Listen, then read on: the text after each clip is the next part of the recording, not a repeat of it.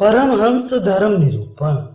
श्री सुखदेव जी बोले, हे ब्रह्म ऋषि, आपकी कृपा से हम लोगों ने 3 प्रकार के संन्यास धर्म के अधिकार का स्वरूप सुन लिया। अब अत्यंत गहन, अंतिम और सर्वथा पूजनीय परमहंस स्वरूप और उसकी दशा का विशेष रूप से वर्णन कर आप हमें कृतार्थ करें।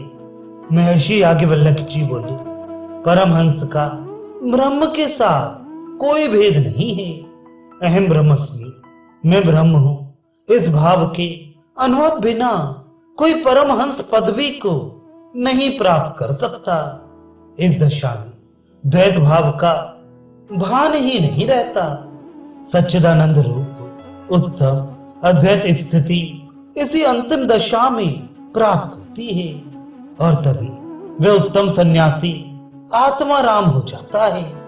आत्माराम की प्राप्ति में 2 प्रकार हैं। प्रारब्ध कर्म के वैचित्र से ईश कोटि और ब्रह्म कोटि, इस प्रकार से 2 प्रकार की परमहंस दशा होती है। ब्रह्म कोटि का परमहंस मूक, स्तब्ध, जड़, उन्मत्त और बालकों की तरह चेष्टा करने वाला होता है। उससे जगत को कोई लाभ नहीं पहुंचता।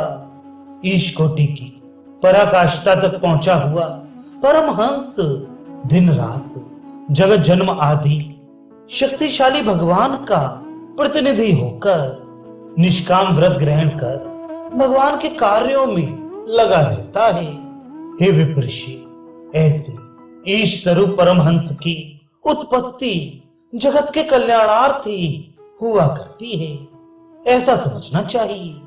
ईश कोटि का परमहंस ब्रह्म स्वरूप और देवता तथा ऋषियों की शक्ति से युक्त होता है, इसमें संदेह नहीं।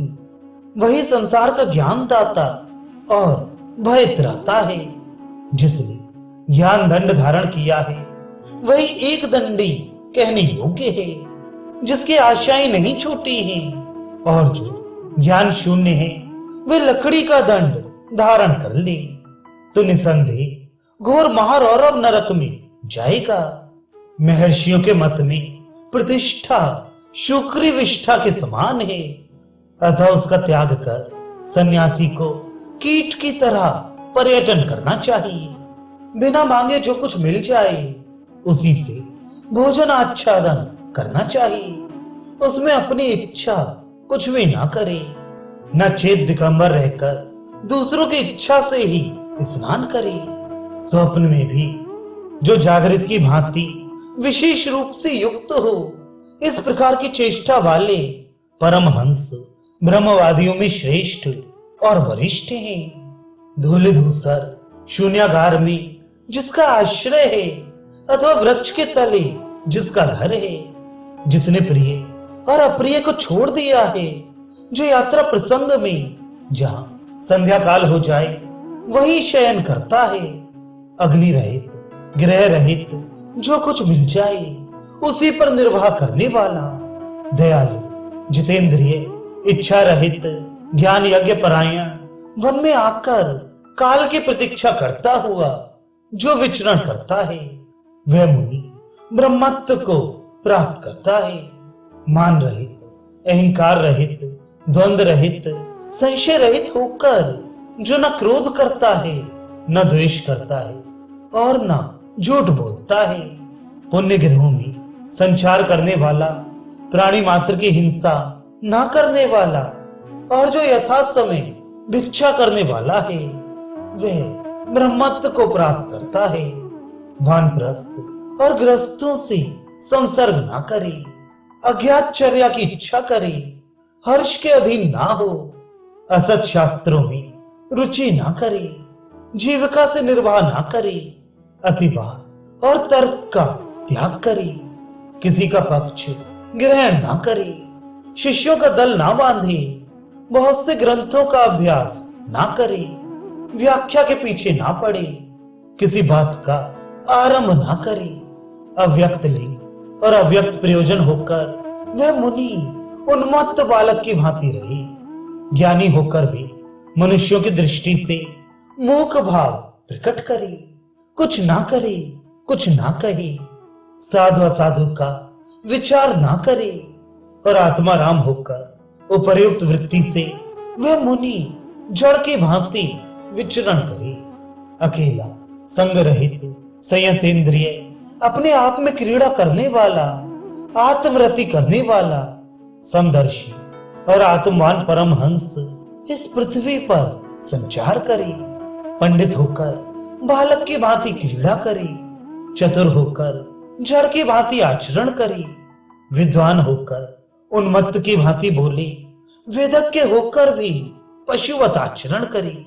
अज्ञानी असत लोगों ने चाहे उसे छोड़ दिया हो, अवमानित किया हो, उसका उपालंब किया हो, उसे द्वेष किया हो, उसे मारा हो, रोका हो, वृत्ति से च्युत किया हो, विष्ठा मूत्र से भ्रष्ट किया हो, अनेक तरह से कपाया हो। इस प्रकार के कष्टों में पतित कल्याण चाहने वाला पुरुष अपने आत्म स्वरूप में स्थित रहकर निर्विकार बना रहे, जबकि सम्मान ही योग सिद्धि की अत्यंत हानि करता है। तब इसमें संदेह नहीं कि लोगों से अवमानित होकर योगी योग सिद्धि को प्राप्त करता है। योगी इस प्रकार का आचरण करे कि सज्जनों का धर्म उनके द्वारा दूषित ना हो और लोग उसका अपमान करते हुए उसका संग ना करें। जरायुज अंडजातकों से वाणी, मन या काया के कर्मों द्वारा कभी द्रोह ना करे और सब प्रकार के संग को छोड़ दे। वायु के समान कल्मश रहित, दुख सुख को समान समझने वाला, क्षमाशील यति, मौन अवलंबन कर सर्वत्र संचार करता हुआ हाथ पर आई हुई भिक्षा को भक्षण करे। हे मुनिगण, ब्रह्म कोटि का इस प्रकार का जीवन मुक्त पुरुष मूक, स्तब्ध और बालकों की तरह क्रीड़ा करने वाला केवल बाहर से ही दिख पड़ता है। अंतःकरण में तो वे ब्रह्म सद्भाव में स्थित रहता है। वे नित्य आत्मा राम होता हुआ भी लोक दृष्टि से जड़वत प्रतीत होता है। ऐसे ब्रह्म कोटि के जीवन मुक्त महापुरुषों द्वारा जगत का कोई प्रत्यक्ष उपकार होता हुआ नहीं देखा जाता। ईश कोटि के जीवन मुक्त की इससे विपरीत दशा होती है। सब कर्म करने पर भी वह अकर्मी माना जाता है। हे ऋषि श्रेष्ठ, ब्रह्म कोटि के जीवन मुक्तों में प्रथम सनक, द्वितीय सनंदन, तृतीय सनातन और चतुर्थ सनत कुमार हैं। ईश कोटि के जीवन मुक्तों के दृष्टांत स्वरूप आप सब हैं। आपकी जिज्ञासुता और मेरा आचार्यत्व, इन दोनों की स्थापना हे मुनीश्वरों आप सबों ने संसार में निवृत्ति धर्म के प्रचारार्थ की है। आप लोगों ने इस समय जो कुछ उत्तम कर्म किया है यह अकर्म कहा जा सकता है और यही महायज्ञ है। विहित कर्म, अविहित कर्म और अकर्म अर्थात कर्म रहित अवस्था, इन तीनों के स्वरूप में समझने योग्य विषय बहुत कुछ है, क्योंकि कर्म विज्ञान की गति बड़ी गहन है।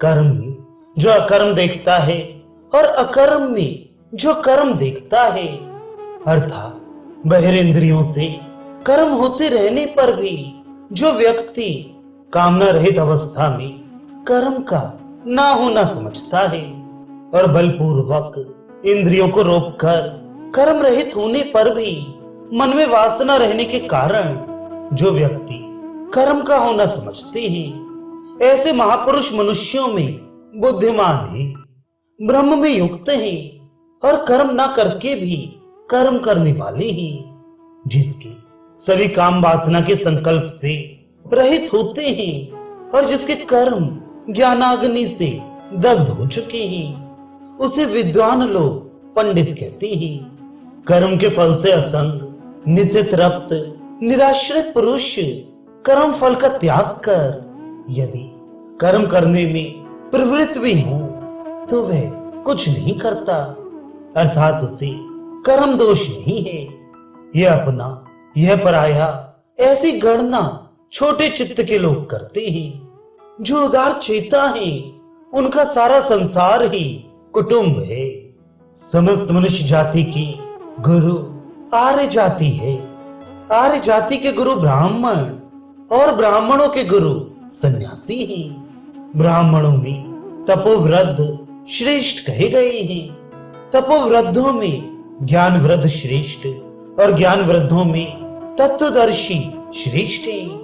तत्वदर्शियों में जो व्यक्ति आत्मा में युक्त हैं वे श्रेष्ठ और उनमें भी आत्मा राम श्रेष्ठ हैं।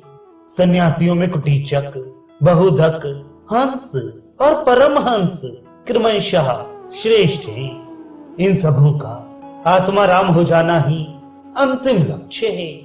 मनुष्य प्रथम अपने में आर्य भाव धारण कर धर्म को मुख्य मानता है। फिर वे धर्मज्ञ गृहस्थ आश्रम का आश्रय कर पुत्र, कलत्र, इष्ट, मित्र, बांधवों में आत्मीयत्व नियमित रूप से स्थापित करता है।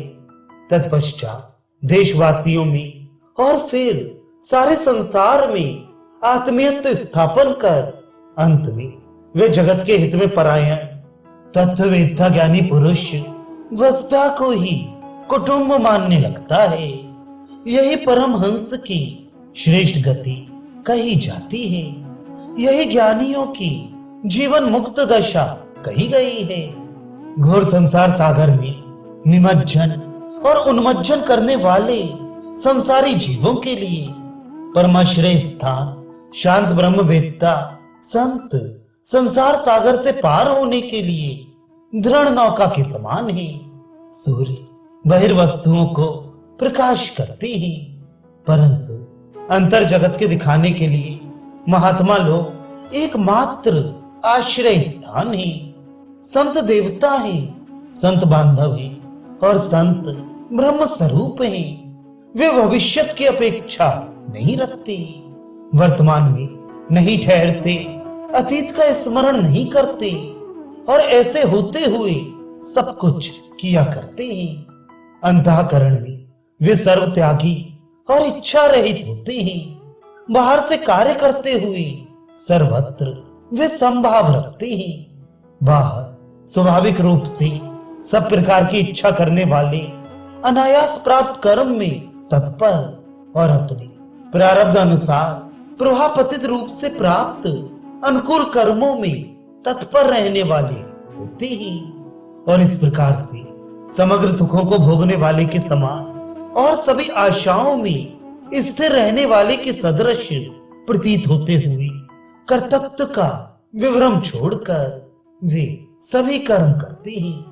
प्रकृति के क्रमानुसार प्राप्त कर्मों में उदासीनवत स्थित होकर वे न इच्छा करते, न द्वेष करते, न शोक करते और न प्रसन्न ही होते हैं। संबंध युक्त प्राणियों के विषय में आसक्ति रहित चित्त से वे भक्तों से भक्त के समान आचरण करते और दुष्टों के साथ दुष्ट के समान प्रतीत हो जाते हैं। बालक के साथ बालक, वृद्धों के साथ वृद्ध, धीर के साथ अत्यंत धर्मशील, युवा के साथ युवक और दुखी के साथ दुखी के समान दिखाई देते हैं। कोई भाषण करे तो पुण्य कथाएं कहते हैं और दैन्य से अपना हृदय कलुषित नहीं होने देती।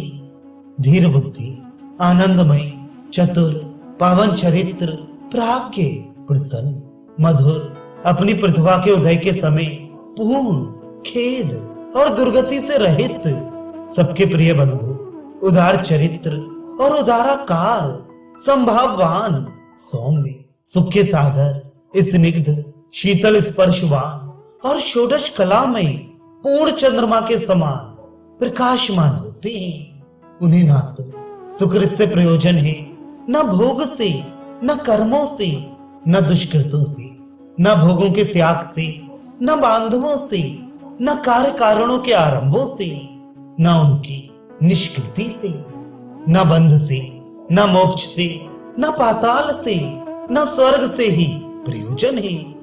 जो कुछ वस्तु जगत में जैसी कुछ दिख पड़ती है वह अद्वैत भाव में ही वे देखते हैं।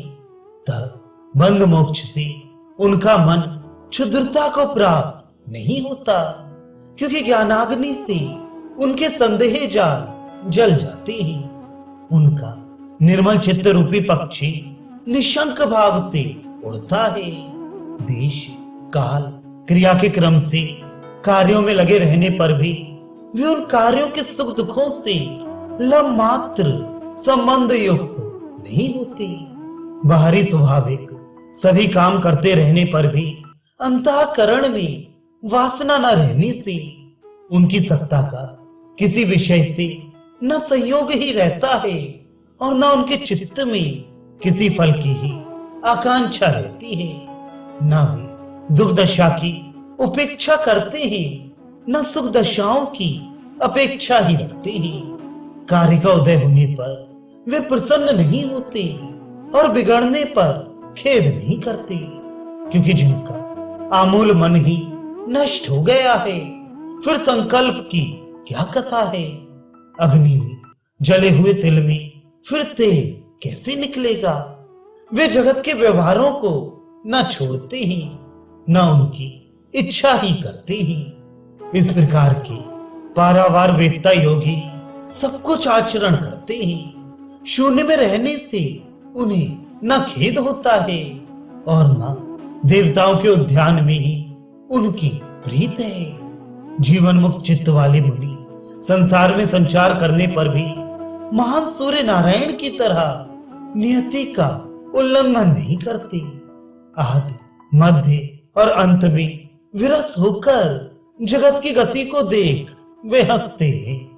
चाहे जीवन मुक्त पुरुष हंसे या रोदन करे, उसके अंतर में किसी प्रकार का सुख दुख स्थिर नहीं रहता।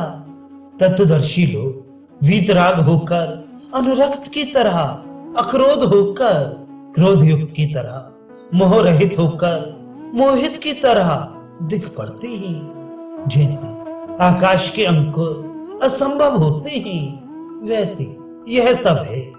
ये दुख है, ये भावना उनकी नष्ट हो जाती है। जो स्थित प्रज्ञ और निरंतर आनंद मग्न है और जिनकी स्मृति में प्रपंच की छाया कभी कभी आती है, वे जीवन मुक्त कहे जाते हैं। जो जागृत धर्म से रहित हैं और जिनकी बुद्धि लीन होने पर भी सदा जागृत है, जिनका ज्ञान वासना रहित है, उन्हें जीवन मुक्त कहते हैं। उनका देह छाया की तरह उनके साथ रहने पर भी उनमें अहंकार और ममता का अभाव हो जाना ही जीवन मुक्त का लक्षण है। प्रत्येक ब्रह्म के साथ ब्रह्म और सृष्टि का जो अभेद है, उसको जो प्रज्ञा से जानता है, उसे जीवन मुक्त लक्षण से युक्त जानना चाहिए। सब जीव ब्रह्म रूप है और ब्रह्म सब भूतों में व्याप्त है। ये जो देखते हैं वे जीवन मुक्त कहे जाते हैं। अतीत का अनुसंधान ना करना, भविष्यत का विचार ना करना और वर्तमान में उदासीन रहना जीवन मुक्त का लक्षण है। यह मैं सत्य कहता हूं कि इस प्रकार की उत्तम जीवन मुक्त साक्षात ब्रह्म रूप और मूर्तिमान ब्रह्म रूप होते हैं।